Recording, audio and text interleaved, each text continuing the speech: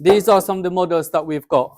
Okay, so the tiny little membrane that vibrates at the back, a lot of them are actually quite sealed, but they've got very strong magnets inside them. So we've taken some of those old magnets.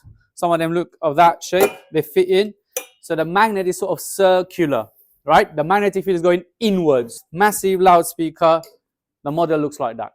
You've got wires that are coiled up. So, Athar, what are we going to do with the wires?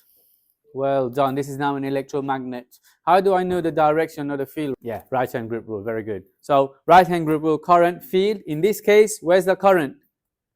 It's not like that. It's going circular, so you could swap it now. So that does the current, whichever way you connect it, and that's the field, right?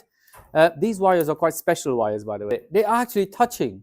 So will it actually go through all the wires, or will it just do a short circuit and come out?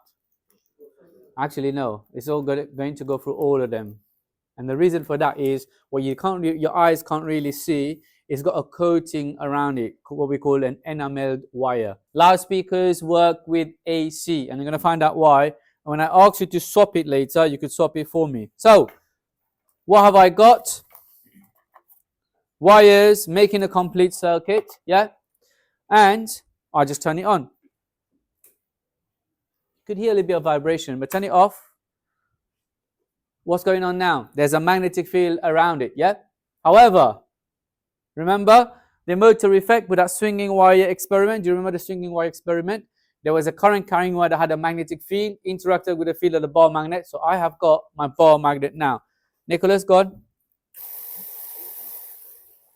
What would have happened if this was DC? Could you swap it to DC? What would have happened? What do you reckon is going to happen? Would it move? Ooh, why would it move? There's a current carrying wire. There's a ball magnet. There should two feet. It should move. Let's turn it on. Let's find out. But what does the alternating current do? It allows it to move backwards. So that's how the loudspeaker works. The loudspeaker uses motor effect. Identify motor effect. Current carrying wire has a magnetic field. Interacts with the magnetic field of the ball magnet to produce what? A force. What do we add to loudspeaker, boys? This current is alternating. The fact that it's alternating, what happens to this force? Alternating. What happens to this? Why have I got this shape, this diaphragm in that shape?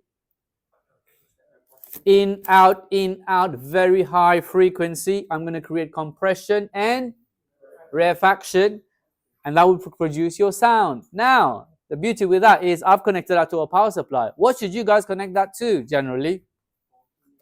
A micro, something that will have a changing current connected to frequency. So if I say hello, this should mimic hello.